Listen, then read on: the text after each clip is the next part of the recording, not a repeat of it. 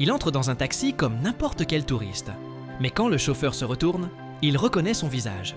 Ce qu'il va découvrir ensuite va mettre fin à 30 ans de mystère. Voici l'histoire vraie de Marc, un Français de 34 ans. Depuis toujours, il vit avec un manque. Son petit frère Julien a été adopté dans une autre famille quand ils étaient enfants. Aucune nouvelle depuis. Pas de nom, pas d'adresse. Juste un souvenir flou. Un dessin qu'ils avaient fait ensemble avant d'être séparés. Marc a appris à vivre avec ce vide. Mais il y pense chaque jour. Un été, Marc part au Vietnam pour souffler. Dès le premier jour, il commande un taxi depuis l'aéroport d'Hanoï. Le chauffeur parle un français hésitant. Et puis à un feu rouge, il se retourne.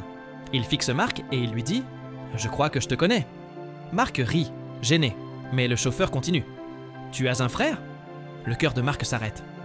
Comment cet inconnu sait ça? Le chauffeur explique qu'il a grandi dans un orphelinat à 200 km d'ici.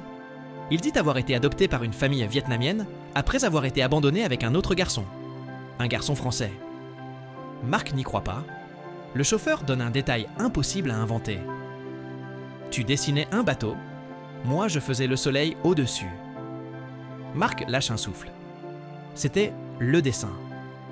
Leur dessin. Mais les doutes reviennent. Et si ce n'était qu'un souvenir confus? Et si ce n'était pas lui? Il accepte quand même. Le chauffeur l'emmène dans son village, 4 heures de route au milieu des rizières. Marc ne parle pas un mot. Il tremble. Arrivé au village, les habitants sautent et murmurent « C'est lui, c'est le Français ». Tout le monde semble savoir quelque chose. La mère adoptive du chauffeur sort alors une boîte. Dedans, un morceau de papier jauni. Le fameux dessin. Leur dessin. Marc s'effondre. Le chauffeur aussi. Mais malgré les larmes, une question brûle encore. Est-ce que c'est vraiment son frère? Les deux décident de faire un test ADN. Une semaine après, le verdict tombe. Compatibilité génétique de 98,1. 30 ans de silence balayés en une seconde. Ils sont frères pour de vrai. Ils passent un mois ensemble, retracent leur histoire, comblent les trous. Ils rattrapent 3 décennies perdues en quelques soirées. Aujourd'hui, ils s'appellent chaque jour. Marc a fait venir son frère en France 2 fois. Parfois, la vie joue avec nous.